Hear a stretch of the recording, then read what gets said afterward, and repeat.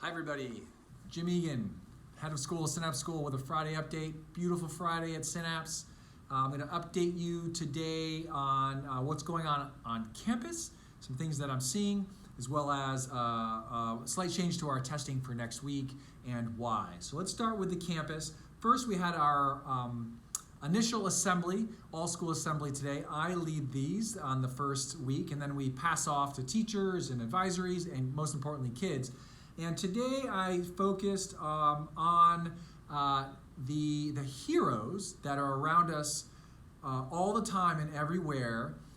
In particular, those who are volunteering. There's firefighters, there's EMTs, there's doctors, there's nurses, and related them and their work to 9/11, where we have our 20th anniversary tomorrow. And I realize many of our kids have no idea about 9/11. Some of our teachers may have very little memory of that. But as a New Yorker, as someone who was in New York when this happened, it had a profound impact on me and continues to this day.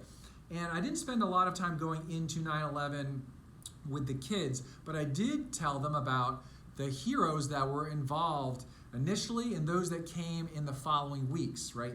Like I said, many were in the medical profession, and the firefighters and those first responders, but then many came who could push and drive big machinery. We had iron workers that came. I even told them 300 plus dogs were sent from around the country in the rescue efforts.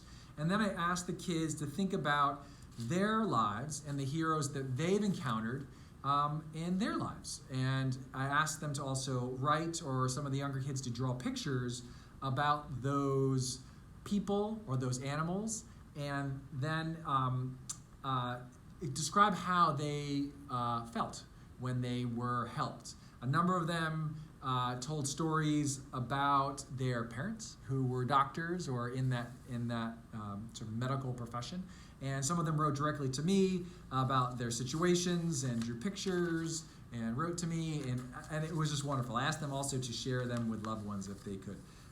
So that was our first assembly. It was wonderful, and I thank Natalie, our performing arts director, for organizing that and letting me start the year off this way.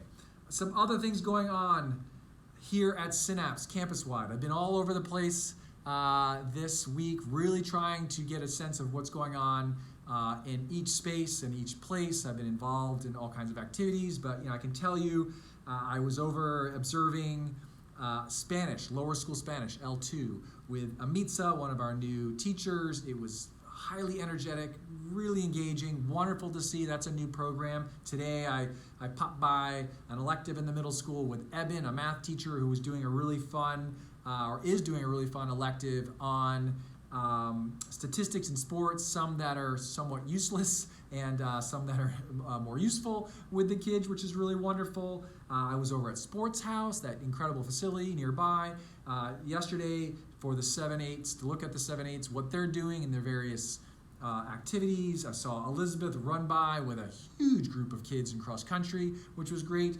And then I went back and talked to Bernie about the 20 plus girls playing volleyball, and we were reminiscing. And just a few years ago, it was hard to have enough kids, girls, to actually fill a team. And now we've got an incredible amount of kids playing, and they had their first inter-squad game this week. Lots of parents showed up. It was on the sand courts outside, which was just awesome. And so there's a lot going on here for kids and for teachers, and it's just exciting to see. And it just was a really good week. I had a great week because of all of that activity and my ability to get out of my office. Some say I'm allergic to my office, in order to see what's happening in a variety of classrooms. So I'm going to continue to do that. Now, back to testing, right? Testing happened at home this past week. We started that after Labor Day. And I asked Liz T., who was running much of the operation up until this point, for some initial statistics. So she sent them to me, and I want to share them with you today and then tell you what they mean for us going forward in the short term anyway. The number of testing days that we've had 8 total, right? 6 on campus, 2 at home. Number of tests administered, plus or minus 3,200 tests, 3,200. 2,400 on campus, 800 at home. True positives identified by Q, just one. That's great, right? Low number of cases, very low, right? Almost none. That means something for us as a school and our community. False positives, 7, right? When there's a false positive, there's a whole decision tree that has to go from there. So there were 7 over 8 days, which isn't terrible, but it's something. False negatives, 0 known but difficult to quantify, I think. Invalid or canceled cartridge errors, right? When the cartridges don't read. Many of you know what I'm talking about. At least 241. Many are unknown due to at-home errors not reported to the dashboard.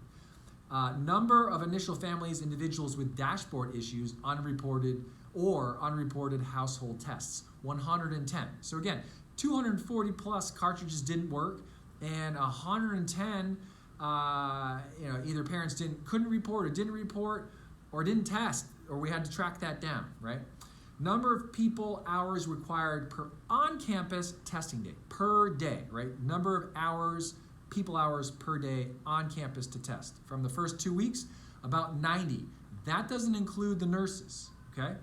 Number of people hours required per off-campus testing day. We've only had 2, it's just a data set of 2, but so far we know it's 48 hours, people hours per testing day this past week.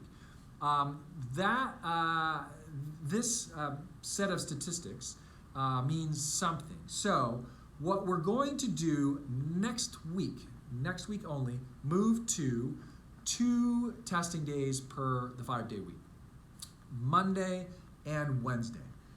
That is driven in part by the data here, but also the data elsewhere. If you've seen some of the articles written about the start of schools in San Francisco and what they're seeing in San Francisco, they're seeing no transmission. They're seeing incredibly small case rates and no transmission in schools. I will also connect that to what Dr. Fauci said in an interview in the New York Times in a web session for educators and for parents. I watched it this week. He said, look, schools are safe. We know this, right?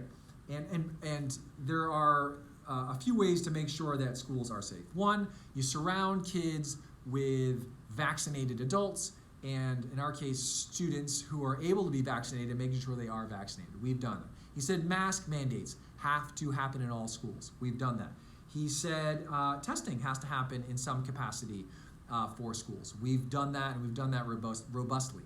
And then he said ventilation really matters. Air quality matters. He then pointed out to those of us across the country who are in warm weather climates that we've got an advantage. We can be outside year-round, right? We've pushed everything we can outside. That matters. So through masking, through ventilation, through surrounding kids with vaccinated adults and requiring them, testing as well, right? I think I said that, right? Let me repeat that again. Through testing, through ventilation, through masking, through vaccination. We are creating safe environments. We're seeing this to be true across the country. We're certainly seeing this to be true in the Bay Area.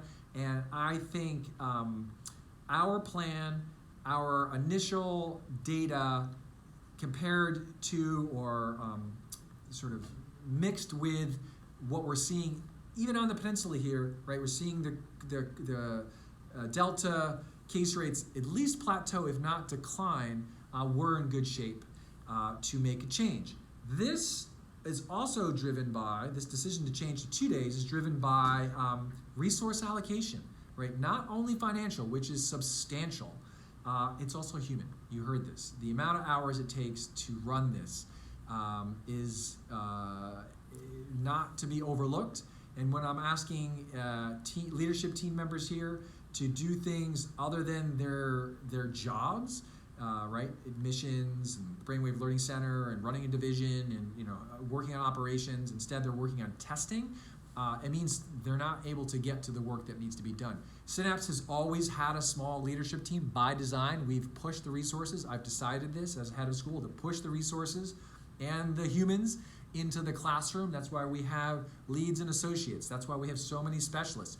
We don't have a large ops team. We don't have a large leadership team. Our CFO is off-site, right? We don't have a director of development. We are very scaled back on the operation side intentionally so kids have a wonderful experience in the classroom. That was by design. And so I have to take that into consideration too. So that's why we're moving to 2 days a week. I think it's going to be great. I've also heard from a number of families that they agree with this, and that the testing does pose a bit of a burden at home as well. So we understand that. So again, next week it's Monday and Wednesday for testing. Okay, that's my update. School's going great. I hope things are going great for you at home too. Take care.